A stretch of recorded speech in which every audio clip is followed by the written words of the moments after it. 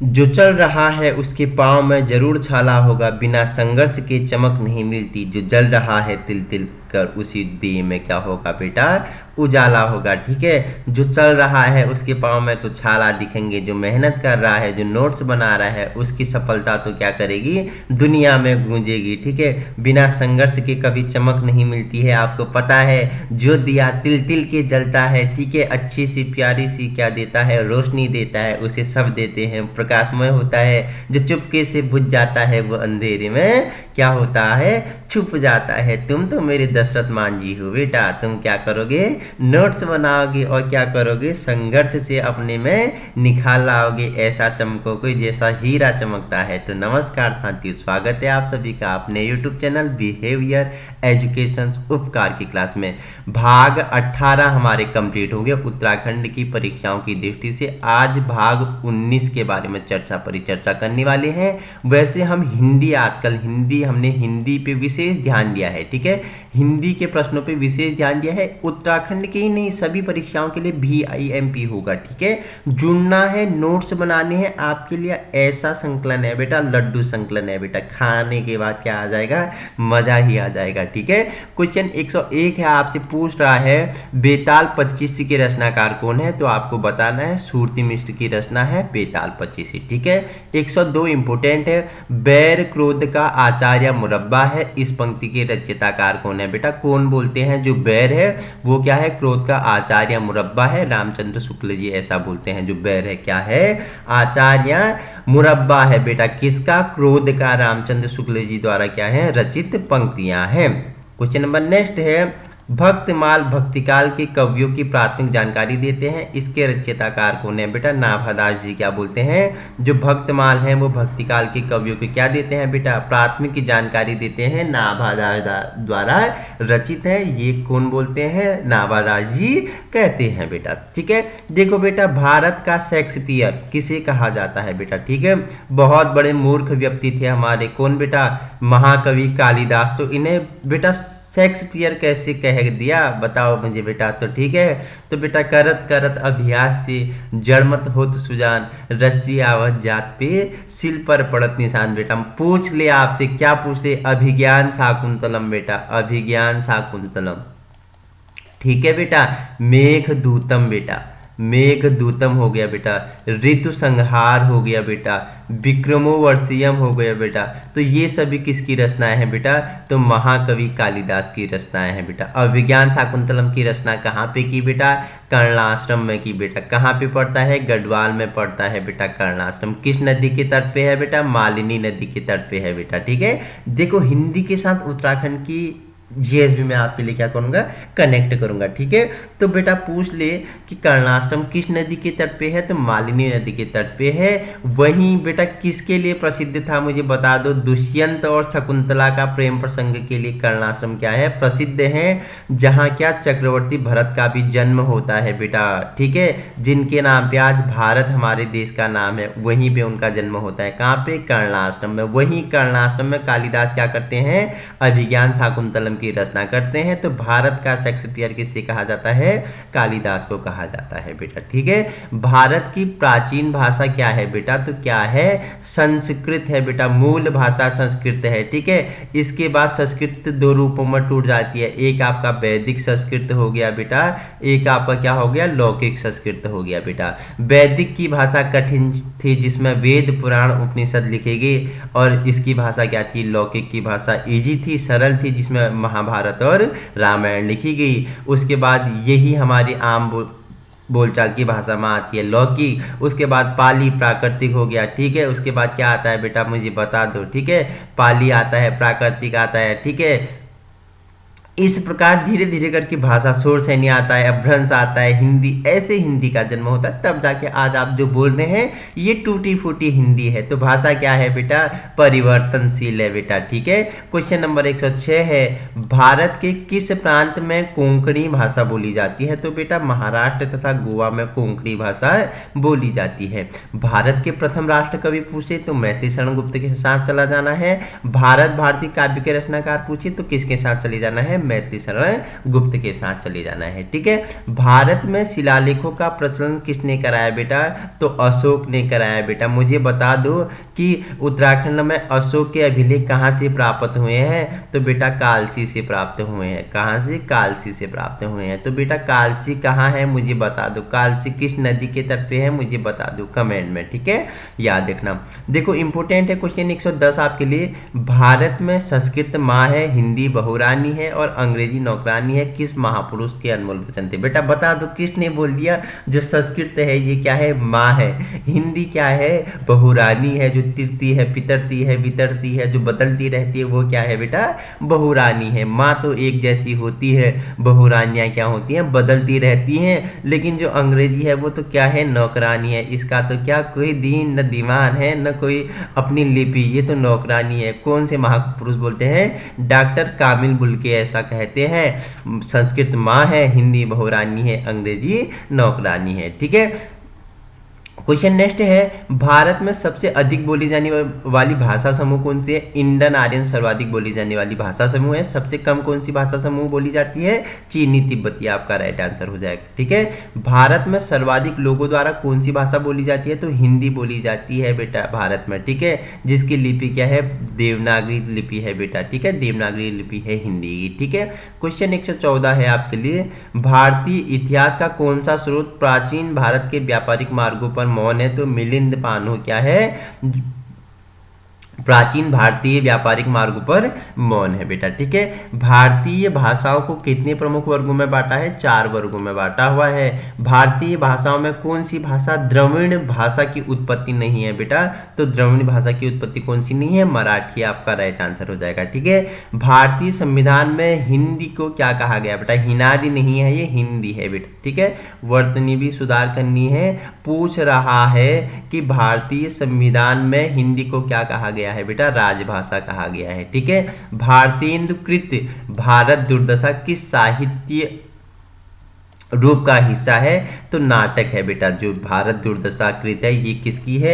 भारतेंदु की है। तो बेटा नाटक है ये आपका। ठीक है, भाषा के संबंध में हिंदी शब्द का प्रयोग सर्वप्रथम किसने किया था? अमीर खुसरो ने किया था बेटा। ठीक है, बता दो मुझे तोता ए हिंद किसे कहा जाता है बेटा? मैंने आपको हिस्ट्री वाले में क्या बताया था? मैंने आपको ट्रिक बताया था। ठीक है, प्राचीन काल में जिसके पास तोते हुआ करते थे, ठीक है, उस समय फोन तो नहीं हुए थे, संचार माध्यम का माध्यम क्या था बेटा? तोते हुआ करते थे बेटा। जिसके पास सर्वाधिक तोते थे वो क्या होते थे बेटा?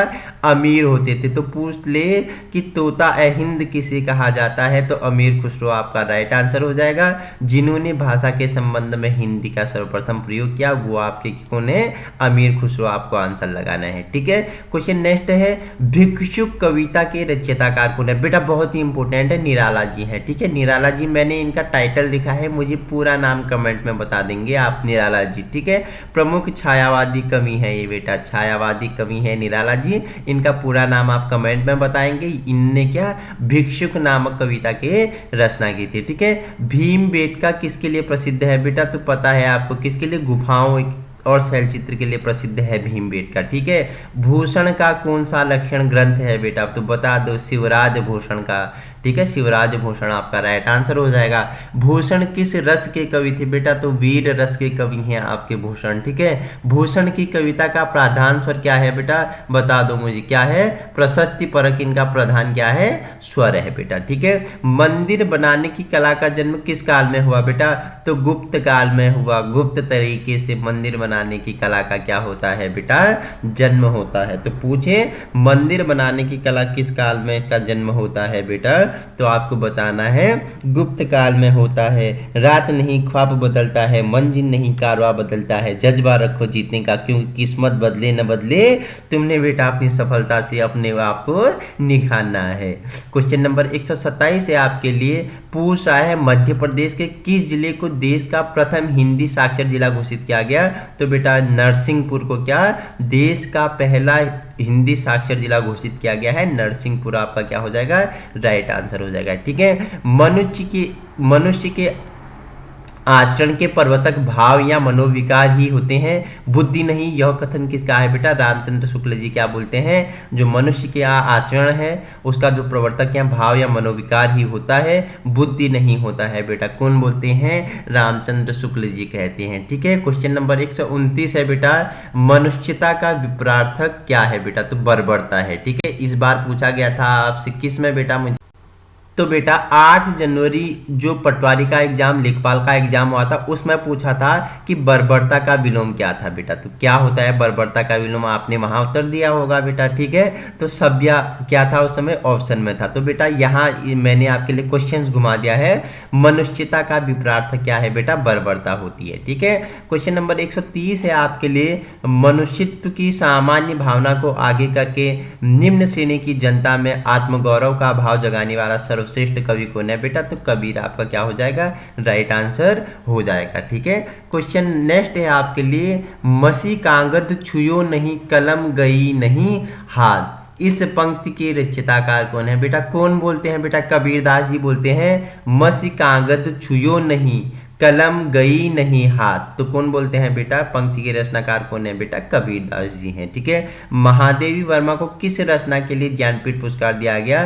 तो बेटा प्रमुख छायावादी कवि हैं कौन? हमारी महादेवी वर्मा, जिन्हें आधुनिक युग की क्या कहा जाता है बेटा? मीरा कहा जाता है। और हिंदी साहित्य की क्या बेटा? विशाल, बताओ मुझे क्या कहा जाता है? हिंदी साहित्य की विशाल वीणा मंदिर पाणी जिन्हें कहा जाता है, उन्हें यामा या ज्यामा के लिए क्या दिया गया बेटा? ज्ञानपीठ पुरस्कार दिया। यामा किसकी कृति है बेटा? यामा किसकी? यामा मौ से क्या? महादेवी वर्मा की कृति है यामा, जिन्हें ज्ञानपीठ पुरस्कार से नवाजा गया बेटा। कब नवाजा गया? मैंने बताया था ये क्या होगी बेटा? 82 की होगी। ठीक है, ट्रिक बताया था, कमेंट में बता दो मुझे मैंने क्या ट्रिक बताया था। ठीक है, मुझे तोड़ लेना बनमाली, उस पथ में देना तुम फेंक, मातृभूमि पर शीश चढ़ाने, जिस पथ जाने वीर अनेक। इस पंक्ति के रचयिताकार कौन है बेटा? तो कौन है बेटा? एक भारतीय आत्मा किसे कहा जाता है बेटा? तो माखनलाल चतुर्वेदी बेटा। एक भारतीय आत्मा के रूप में किसे जाना जाता है बेटा? माखनलाल चतुर्वेदी को जाना जाता है। मुझे तोड़ लेना बनमाली, उस पथ में देना तुम फेंक, मातृभूमि पर शीश चढ़ाने, जिस पथ जावे वीर अनेक बेटा। क्या बोलते हैं? मुझे तोड़ के ये बनमाली फेंक देना उस पथ में, उस पथ के शीश में फेंक देना जहां जवान जाते हैं, जहां वीर जाते हैं। पंक्ति कौन बोलते हैं बेटा? एक भारतीय आत्मा के नाम से जाना जाता है माखनलाल चतुर्वेदी। बहुत ही इंपॉर्टेंट है, 4 स्टार लगा लीजिए। ठीक है, क्वेश्चन नंबर नेक्स्ट है बेटा, मेगास्थनीज ने अपनी पुस्तक इंडिका में किसके शासन का वर्णन किया है बेटा? तो चंद्रगुप्त मौर्य का क्या किया है? वर्णन किया। मेगास्थनीज किसकी पुस्तक है बेटा? तो बताना है किसकी। मेगास्थनीज द्वारा रचित पुस्तक का नाम क्या है? इंडिका है। किसके शासनकाल का वर्णन किया है बेटा? चंद्रगुप्त मौर्य के शासनकाल का वर्णन किया है। ठीक है, क्वेश्चन नंबर नेक्स्ट है 135 आपके लिए, पूछ रहा है मैथिल कोकिल किसे कहा जाता है? तो बेटा मैथिल कोकिल के नाम से विद्यापति को जाना जाता है। ठीक है, मैथिली किस राज्य की भाषा है? तो मैथिली बेटा बिहार की भाषा है। मेला आंचल उपन्यास के लेखक कौन है बेटा? मैंने बहुत बार बताया, फणीश्वर नाथ रेणु द्वारा क्या मेला आंचल लिखा गया है। इंपोर्टेंट है, 4 स्टार लगा ली। ठीक है, यह युग भारतेंदु बच्चे के समान हंसता खेलता आया था, जिसमें बच्चा की सी निश्चलता, अक्कड़पन, सरलता और तन्मयता थी। यह कथन किस आलोचक की है बेटा? तो रामचंद्र शुक्ल जी क्या बोलते हैं? यह युग भारतेंदु बच्चे के समान हंसता खेलता आया था, जिसमें बच्चे की सी निश्चलता थी, अक्खड़पन थी, सरलता थी और तन्मयता थी। कौन बोलते हैं बेटा?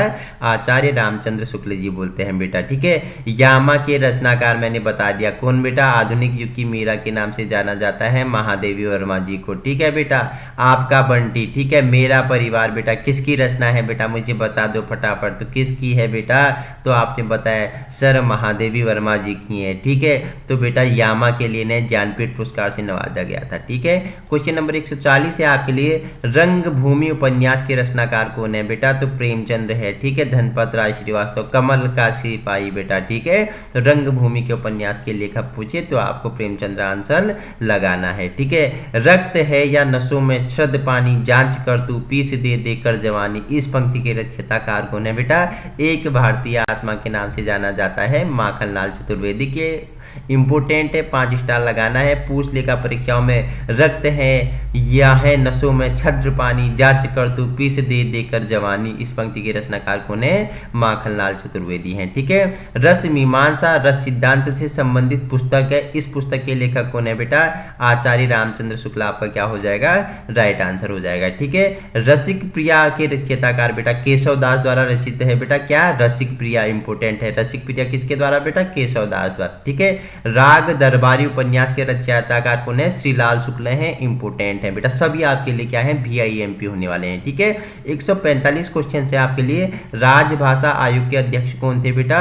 बीजू खैर आपका राइट आंसर हो जाएगा। वहीं रानी केतकी की कहानी किस भाषा में लिखी गई है बेटा? तो खड़ी बोली में है रानी केतकी की ये भाषा। ठीक है, अब हम क्या नेक्स्ट सीरीज में चर्चा परिचर्चा करेंगे इसके बारे में। किसके बारे में? रामचरितमानस की भाषा क्या थी बेटा? अवधि थी। आगे हम नेक्स्ट सीरीज में पढ़ेंगे। कल सुबह 7 बजे आपके लिए फिर से मैं क्या ऐसी ही नई वीडियो लेके आऊँगा जो आपकी परीक्षाओं के लिए क्या होगा? VIMP या कहीं ना कहीं लड्डू होगा। इसी प्रकार की वीडियो पाने के लिए अपने YouTube चैनल बिहेवियर एजुकेशन उपकार की क्लास पे क्या कर सकते हो? विजिट कर सकते हो। हमारा उद्देश्य क्या है? आप सभी को व्यवहारिक शिक्षा प्रदान करना है और आगामी आने वाली समस्याओं के समाधान करने के लिए एक मजबूत स्तंभ के रूप में क्या करना है? शतमांझियों तैयार करना है। Thank you so much.